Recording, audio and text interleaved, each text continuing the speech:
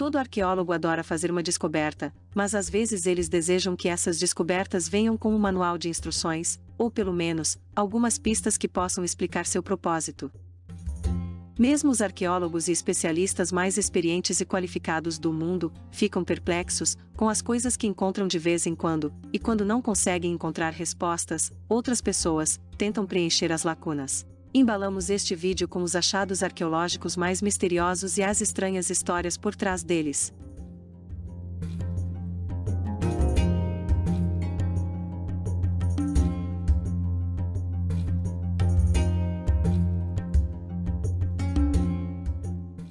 O esqueleto de uma vampira, com uma foice no pescoço, para que não se levantasse, bem como um cadeado no dedão do pé, foi encontrado na Polônia.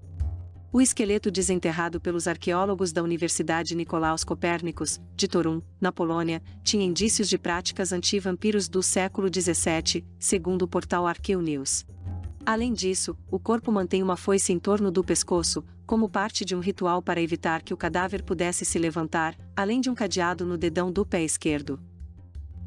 O professor Dariusz Poliński, que liderou a equipe, explicou que a descoberta é diferente porque as formas de proteção contra o retorno dos mortos, normalmente, incluíam cortar a cabeça ou as pernas, colocar o falecido com o rosto para baixo para morder o chão, queimar e esmagar com uma pedra. A foice não foi colocada na horizontal, mas colocada no pescoço de tal forma que, se o falecido tivesse tentado se levantar, provavelmente a cabeça teria sido cortada ou ferida, acrescentou.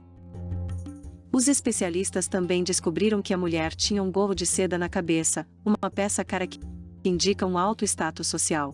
Um dente frontal saliente é uma característica facial que pode estar associada ao vampirismo na percepção dos moradores supersticiosos. De acordo com os arqueólogos, a mulher foi enterrada com muito cuidado, detalhes surpreendentes dados os costumes tradicionais contra os vampiros.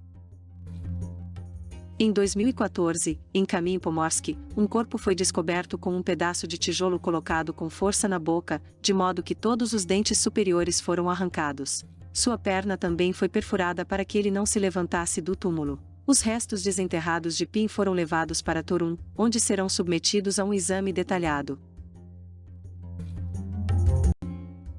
O PMNM é uma das maiores áreas de conservação marinha do mundo, maior do que todos os parques nacionais dos Estados Unidos juntos, e exploramos apenas cerca de 3% do fundo do mar.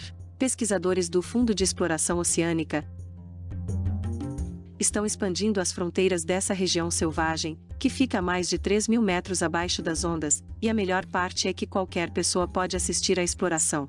Durante todo o dia, todos os dias, os pesquisadores fornecem imagens ao vivo, e um destaque recentemente publicado que captura o momento em que os pesquisadores que operam o veículo de águas profundas tropeçaram na estrada para Oz. É o caminho para a Atlântida, diz um pesquisador no rádio pode ser ouvido exclamando. A estrada de tijolos amarelos. Outra voz respondeu. Isso é bizarro, acrescentou outro membro da equipe. Você está brincando comigo? Isso é loucura. Apesar de estar localizado a cerca de 1.000 metros de mar, o leito do lago descoberto por pesquisadores no cume do Monte Submarino Noka. O Nautilus está nos levando em uma jornada para partes do nosso planeta que nunca vimos antes. Seguir a estrada de tijolos é um sinal de que estamos indo na direção certa e em breve poderemos aprender muito mais sobre a geologia oculta da Terra. Os lugares pertenceram à cultura Casarabe, que se desenvolveu no sudoeste da Amazônia boliviana no período de 500 a 1400 d.C. Antes da descoberta, havia evidências apenas de locais isolados, pois a vegetação densa dificulta o mapeamento das florestas tropicais. Para encontrar os novos assentamentos, os cientistas usaram uma tecnologia chamada LIDAR, um mapeamento a laser aéreo que funciona disparando feixes infravermelhos de um avião, helicóptero ou drone em direção à superfície e capturando os sinais refletidos. Vegetação removida virtualmente.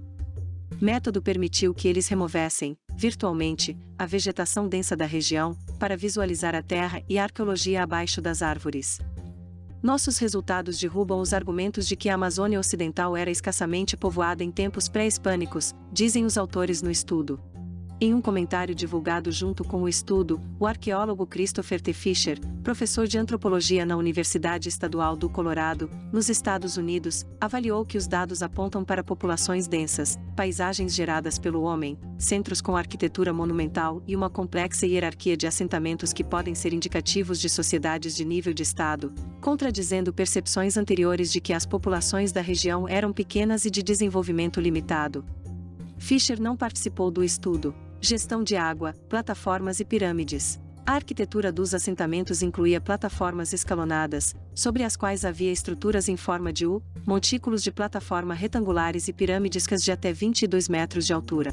Também havia uma infraestrutura maciça de gestão de água, com canais e reservatórios. Os resultados indicam, segundo os cientistas, que o padrão de assentamento da cultura Khazarabi representa um tipo de urbanismo tropical de baixa densidade que não havia sido descrito anteriormente na Amazônia. Propomos que o sistema de assentamento da cultura Khazarabi é uma forma singular de urbanismo agrário tropical de baixa densidade, até onde sabemos, o primeiro caso conhecido para toda a planície tropical da América do Sul, dizem os pesquisadores. Os dois assentamentos maiores encontrados pelos cientistas, chamados de Kotoka e Landívar, foram, de acordo com os cientistas, centros primários na rede de assentamentos da cultura Khazarabi, os principais de uma rede de assentamento regional conectada por calçadas retas ainda visíveis que saem desses locais em direção à paisagem por vários quilômetros. Além disso, a presença de plataformas localizadas em pontos estratégicos de algumas das calçadas e em vãos na interseção de calçadas e recintos poligonais sugerem que o acesso a esses grandes locais de assentamento pode ter sido restrito e controlado, acrescentam.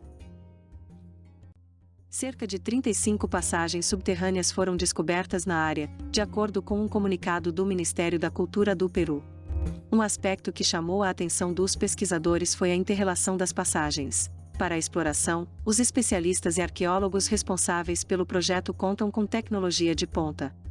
Eles usaram pequenos robôs com câmeras minúsculas embutidas para garantir uma melhor visualização e poder alcançar as áreas menores e mais remotas do labirinto. Durante as observações, os pesquisadores conseguiram determinar alguns pontos importantes sobre essa desconhecida civilização subterrânea. Por exemplo, estima-se que possa se desenvolver na região dos Andes peruanos. Segundo arqueólogos e outros pesquisadores, essa cultura pode ter dominado grandes extensões de terra ao longo da costa.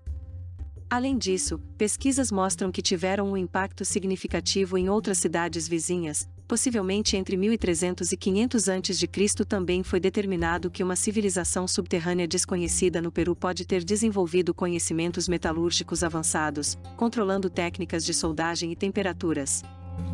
Especialistas dizem que essa civilização se tornou precursora na gestão de joias, dedicada ao processo de refino. Achados arqueológicos têm um grande impacto. O responsável pelo projeto de conservação de Chavin e pelo programa de pesquisa arqueológica é o antropólogo e arqueólogo John Hick. Em sua declaração mais recente, ele foi direto: seria realmente interessante descrever com mais detalhes o que os robôs com câmeras minúsculas viram até agora. Até 3 níveis subterrâneos diferentes são exibidos dentro do complexo arqueológico, onde várias galerias espaçosas podem ser vistas.